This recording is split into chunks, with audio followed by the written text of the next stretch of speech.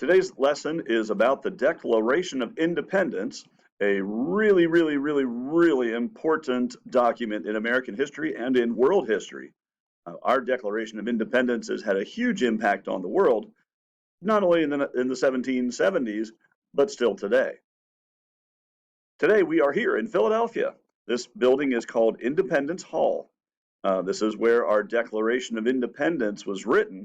If you were to go to Independence Hall today, which you can, it's a National Park Service site, you can go in the front door, you go over here to the left, and you'll see the room where people from most of the colonies met to discuss independence and to write up a formal Declaration of Independence.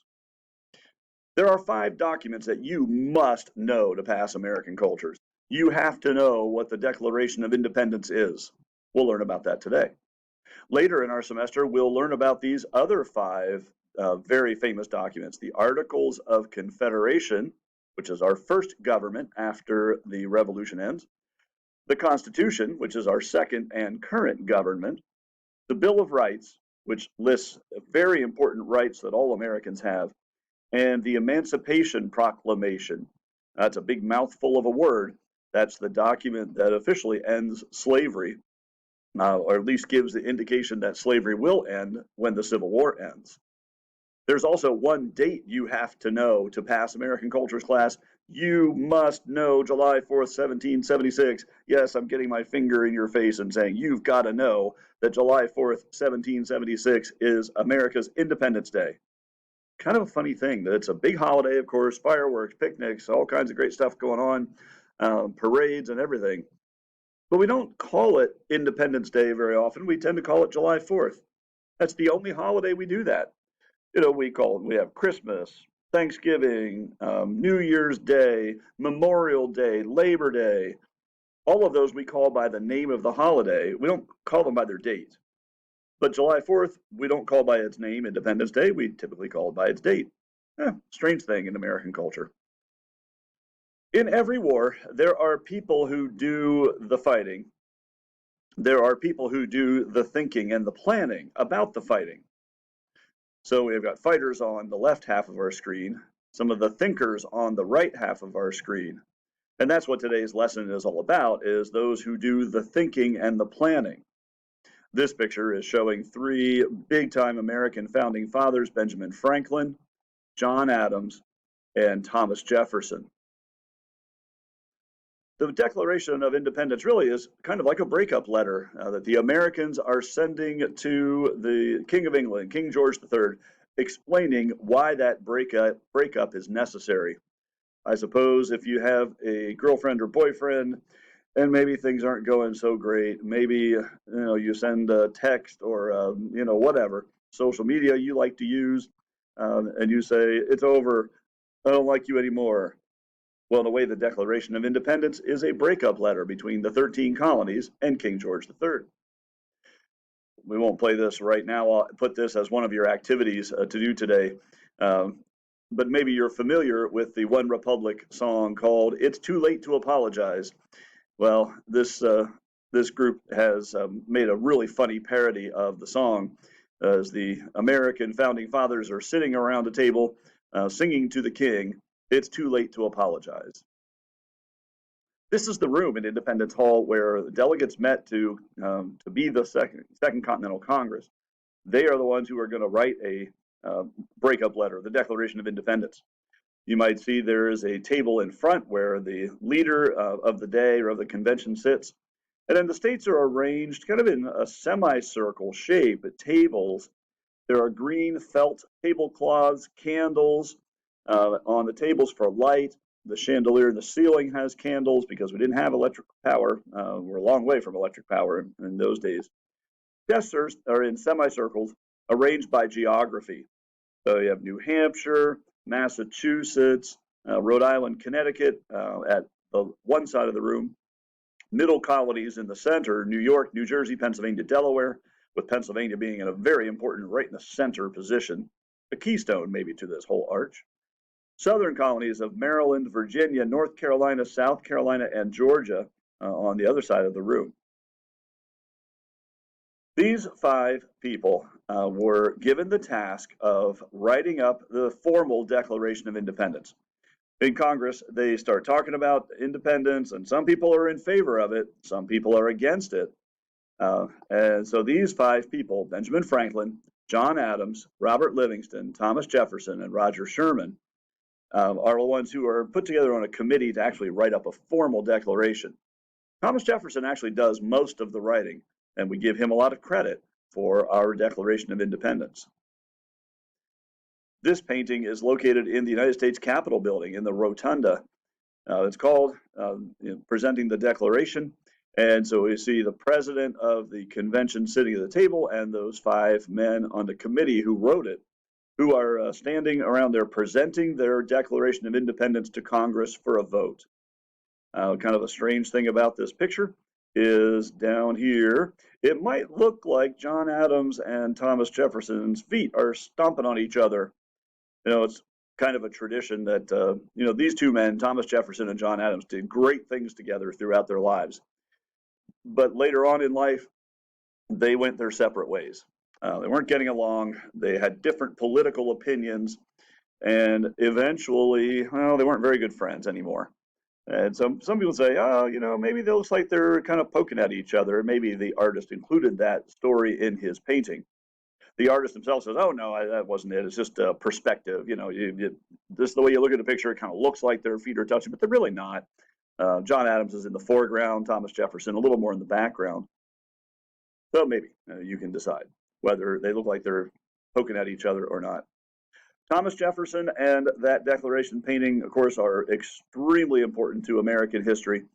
If you ever have a $2 bill, we have Thomas Jefferson on the front of the $2 bill, and that same painting is the back of a $2 bill. Delaware has a story from the Continental Congress and the Declaration of Independence on their state quarter. This is Caesar Rodney, man riding a horse, and the story is that when it came time to vote on the Declaration of Independence, the states were voting by geography, north, then south, then north, then south, and north and south, back to the middle. And by the time they got to the 13th colony to vote, which is Delaware, the last one, the vote is tied 6-6. The Delaware delegates are tied among themselves. There are 4 of them, 2 in favor of independence, 2 opposed. Caesar Rodney had to leave the Congress to go home to attend to some personal matters, so he's not there to be the person to cast the deciding vote.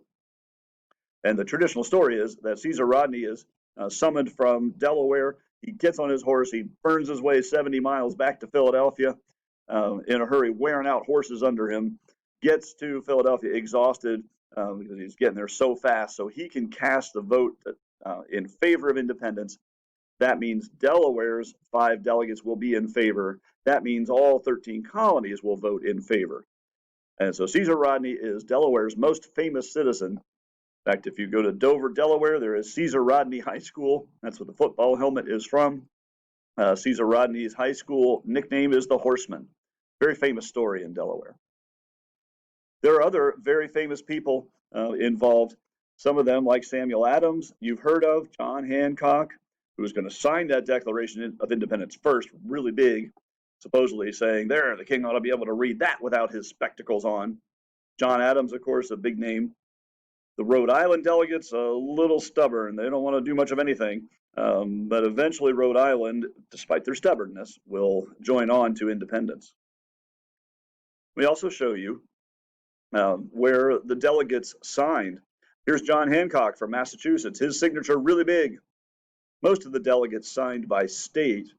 So here are the Pennsylvania signatures. Robert Morris, this is Benjamin Rush, Benjamin Franklin, John Morton, George Clymer, James Smith, George Taylor, James Wilson. So those are some of the people from Pennsylvania who signed. I have an arrow pointing here to Dr. Benjamin Rush and a book called Fever 1793. Later in the semester, some of you may read this book. It takes place in Philadelphia, where Dr. Benjamin Rush lived. Dr. Rush cannot figure out the fever at all. He pretty much gets it all wrong. Although, even though he didn't get the fever quite right, the fever epidemic in Philadelphia quite right, he did invent something that to you and I is just common. But for him, it was groundbreaking in his day. What is that thing? It's a first aid kit. A box of maybe some simple medical supplies that you might take with you in the car, or maybe on a hiking trip, or your sports team has a first aid kit. Now it's so common we don't even think about it. It's accepted practice, happens everywhere all the time. Well, Benjamin Rush came up with that idea of packing a few simple supplies into a little container that were portable. If you read Fever 1793 later in the semester, I think it's really great how it coordinates with what we're doing today, going through the coronavirus in 2020. Also, James Smith was a signer of the Declaration of Independence. He's from York, Pennsylvania, and here's his house. His house still exists in York, and so there it is, nice colonial period house. Inside's very nice. Today, a counseling organization owns it, and so people go there for family counseling or whatever it is. They have a really nice house to talk with their counselors in. Everything is still, kind of the 1700s colonial sort of decor, fireplaces, chairs, rugs, carpets, woodwork, all looking very much late 1700s. There's a kitchen area, and so that's the James Smith house. James Smith died and was buried in York. So a signer of the Declaration of Independence is buried right in little old York, Pennsylvania at the First Presbyterian Church. What impact does our Declaration of Independence have on the world still today? Well, I have several pictures here of protests in different countries, people seeking more independence from their governments. This protest is taking place in Egypt a couple of years ago.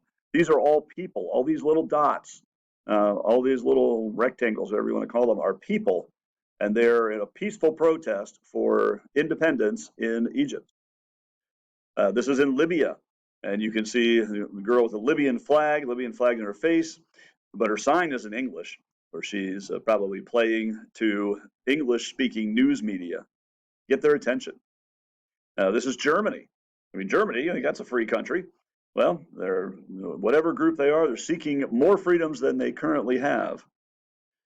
Iran, a country not known for freedom, but their people are protesting near this very famous piece of artwork. Even Washington, D.C., you'll see a lot of people, in this case, marching from the White House, which is behind these people, towards the United States Capitol building, demanding more freedoms. This building on the right is called the Old Post Office, and it's actually owned by Donald Trump.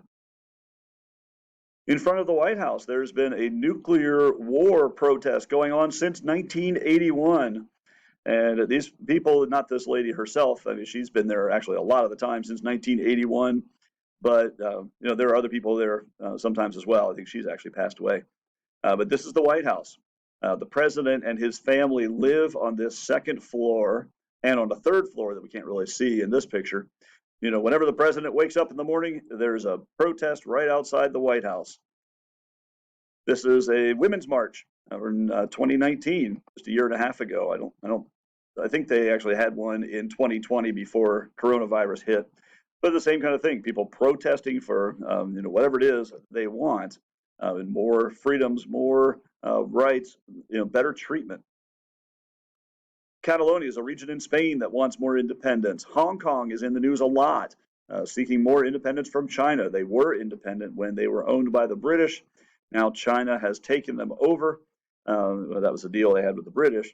And, well, things are a little rough in Hong Kong right now. Even in Antarctica. Like, what kind of protest can there be in Antarctica? But that's what these people are doing. They're in Antarctica demonstrating for peace. And our Declaration of Independence is still, 240 some years later, a worldwide movement for independence that starts with the Americans.